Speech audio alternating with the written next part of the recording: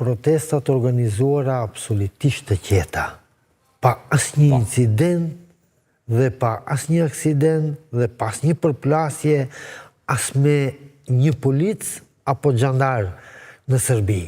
Tani ato nisën. Nuk do të thotë se këto, nëse vazhdojnë akoma, sigurisht se të ndodhin dhe përplasje më të mëdha. Përplasje më të mëdha të cilat mund sjellin mbase edhe një konflikt për brenda vetë Serbisë.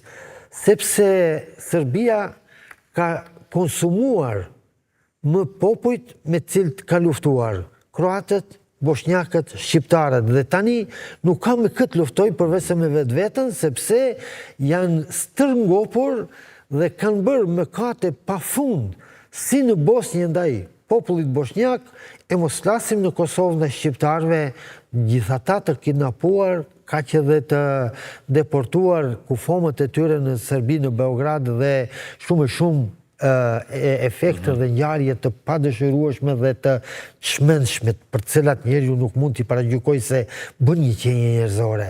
Dhe tani atë pritet natyrisht që ta paguajnë në vetë komunitetin e tyre ose mes veti, sepse është pozicion dhe qëndrim i partisë Aleksandar Vučić, gjithata që nuk janë në partinë e tij, quhen armiq, qofshin edhe serb. Po megjithatë, përpiqet që në retorikën e tij të mos e përdorë, por vazhdimisht e aplikon. Dhe në këtë drejtim, sigurisht se studentët nuk do ndalen. Ata kanë humbur një vit akademik shkollor. Parimisht, prej vitit kaluar në tetor, akoma pa mbaruar semestri dimror, kanë ndërprej studimet, kanë ndërprej ligjëratat, kanë ndërprej ushtrimet, kanë ndërprej provimet dhe sot e kësaj dite. Dhe për plot një semestër veror që e ka nga janari gjenë në fund qershorit tani, ata nuk kanë dëgjuar as ligjërata, as ushtrime, as nuk i kanë përgjigjur as një ftese ose obligimi që përket studentëve. Dhe aty ke student mbase edhe të ekselencës, ke student të vitit të dytë, të tretë, student të masteri që kanë pritur këtë vit të diplomohen, por janë përkushtuar në këto protesta dhe për ndryshimin e sistemit politik në Serbi.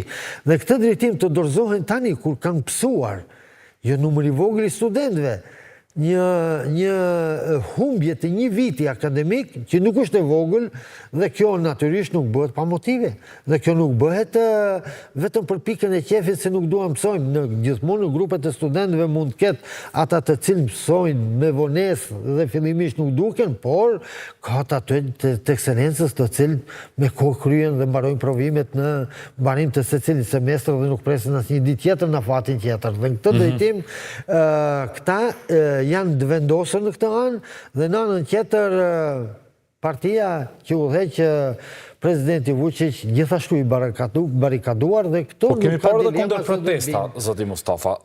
Sa është rreziku i përplasjes mes grupeve protestuese? Edhe të shtunën e pam para parlamentit të Serbisë një grup goxha i madh, edhe i përkrahësve të Aleksandar Vučićit, cilët kishin dalur në përkraje të qeverisë së Serbisë dhe Vučićit. Tani këto janë elemente që të lënë me kuptu se do të ndodhin këto përplasje.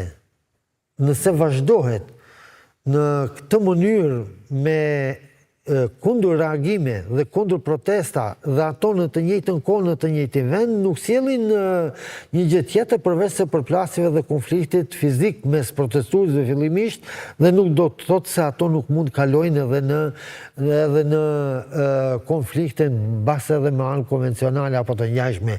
Kanë zënë një numër të konsiderueshëm të ish policëve, ish ushtarakëve, policor edhe të shërbimeve të tjera të brendshme të Serbisë që janë në anën e protestuesve dhe që i kanë gjetur në protesta edhe të armatosur edhe në mbrojtje të studentëve apo të ngjashme, sepse gjithë këta fëmijë janë fëmijë të prindërve, cilë kanë qenë edhe në institucione shtetërore të Serbisë, qoftë edhe në Ministritë Brendshme apo në ushtrinë e Serbisë apo të Jugosllavisë. Dhe në këtë drejtim, padyshim se ata do dalin në mbrojtje të fëmijëve tyre dhe këto janë elemente, por ka dhe një numër jo të vogël kriminalësh të cilë kanë të zhytur duart e tyre gjenë në brylla në gjak në Kosovë e Bosnje. Që janë pjesë e protestës studentore, po thënë. Absolutisht. Jo, që janë në krahun e Aleksandr Vučićit.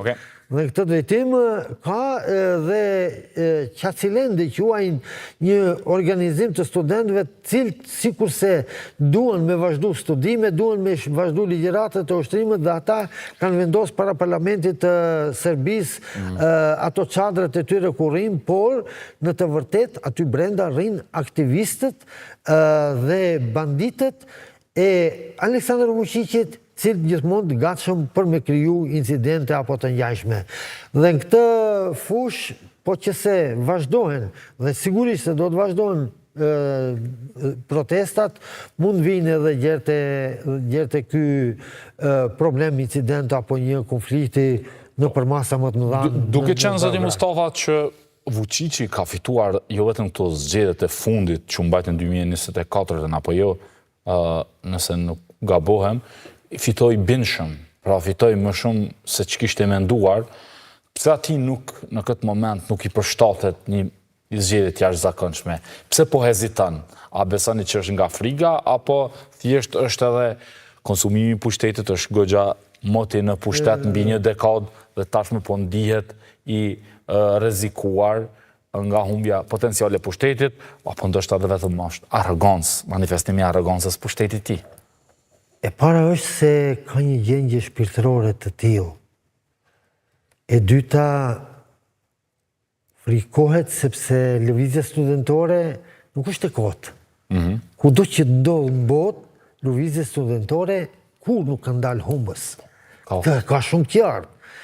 Masive janë protestat. Absolutisht. Dhe në këtë drejtim, ai do t'i frikohet zgjedhjeve sepse as shans teorike nuk ka që t'i fitoj këto zgjedhje si që ka fituar përpara, sepse tani nuk mund të manipuloj në atë mas popullin, nuk mund të blej me para popullin dhe ajo që është shumë interesante në gjitha protestet që i organizon, qoftë në Beograd ose në lokacione vende të tjera në për Serbi, i bie me autobus